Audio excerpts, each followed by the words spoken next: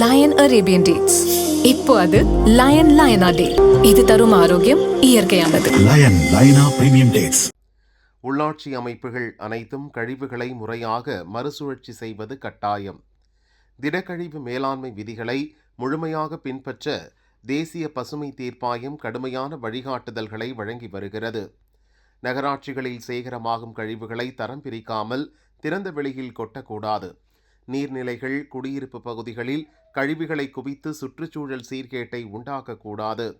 இதுபோன்ற விதிமீறல்களுக்கு உள்ளாட்சி அமைப்புகளுக்கு எதிராகவே அபராதம் விதிக்க பசுமை தீர்ப்பாயம் உத்தரவிட்டுள்ளது. அந்த வகையில் திருநெல்வேலி மாவட்டம் விக்கிரமசிங்கபுரம் நகராட்சியில் கழிவுகள் முறையாக அப்புறப்படுத்தப்படவில்லை. அங்கு சேகரிக்கப்படும் திடக்கழிவுகள் பொதுவெளியில் குவித்து வைக்கப்பட்டன. இதனால் அப்பகுதி மக்களுக்கு பெரும் பாதிப்பு உண்டானது சுற்றுச்சூழல் ஆய்வுகளில் தெரிய வந்தது. நகராட்சி நிர்வாகம் திடக்கழிவு மேலாண்மை நடைமுறைகளை முறையாக செயல்படுத்த தவறிய 39 மாதங்கள் கணக்கில் எடுத்துக் கொள்ளப்பட்டன. பசுமை தீர்ப்பாயத்தின் கணக்கீட்டு விதிகளின்படி மாதம் ஒன்றுக்கு 5 லட்சம் வீதம் இழப்பீடு நிர்ணயிக்கப்பட்டது.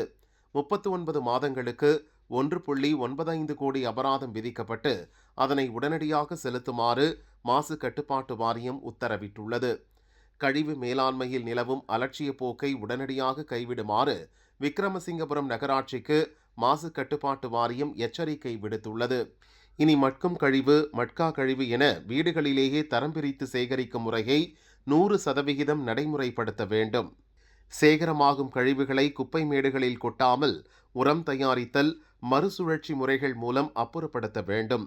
சுற்றுச்சூழல் விதிகளுக்கு புறம்பாக செயல்படும் உள்ளாட்சி அமைப்புகள் மீது சட்டப்பூர்வமாக நடவடிக்கைகள் தொடரும் என அதிகாரிகள் கூறினர்.